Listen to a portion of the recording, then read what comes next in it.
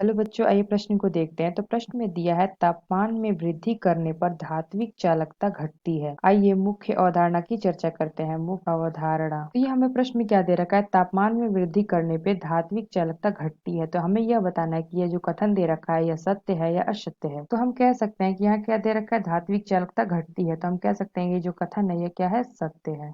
तो क्यों सत्य है, तो किस तरह से हमारी धात्विक चालकता घटती है। तो जो हमारी धात्विक चालकता होती है, धात्विक चालकता, तो हम जानते हैं कि जो हमारी धात्विक चालकता है यह क्या करती है। तो जब भी हम यहाँ पे तापमान बढ़ाते हैं तो हम क्या करेंगे, धात्विक चालकता है तो यहाँ पे हम क्या करेंगे, ताप बढ़ाएंगे। ताप बढ़ाते हैं, जो हम धात्विक चालकता पे क्या करते हैं, ताप बढ़ाते हैं। तो यहाँ पे जो हमारी धातु होती है, धातु, तो इस पे क्या होता है, मुक्त इलेक्ट्रॉन उपस्थित होते हैं। तो ये क्या करते हैं, एक ही जगह घूम कर क्या करते हैं, आपस में टक्कर करते हैं। तो इलेक्ट्रॉन जो हमारे धातु में उपस्थित है, तो ये क्या करते हैं, ये क्या करते हैं, आपस में टक्कर करते हैं।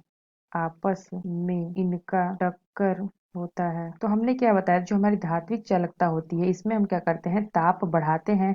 तो जो हमारा धातु होता है उसमें जो हमारा मुक्त इलेक्ट्रॉन होता है उस वो आपस में इनका टक्कर होता है। तो जब आपस में टक्कर होता है तो जो हमारी, तो इस टक्कर के कारण क्या होता है, जो हमारी मुक्त इलेक्ट्रॉन की संख्या है वो क्या हो जाती है, कम हो जाती है। संख्या कम हो जाती है। तो यहाँ पे क्या करता है, तो यहाँ पे क्या होता है, टक्कर की वजह से इनकी ऊर्जा भी कम हो जाती है और संख्या भी कम हो जाता है। तो जब संख्या भी कम हो जा रहा है और हमारा जो ऊर्जा है वो भी कम हो जा रहा है, तो जो हमारी धात्विक चालकता होगी वो भी घटने लगेगी। तो हम कह सकते हैं कि यहाँ पे जो संख्या हमारी कम हुई है उसकी वजह से क्या होता है, जो हमारी चालकता है, चालकता, धात्विक चालकता घटने लगती है, लगती।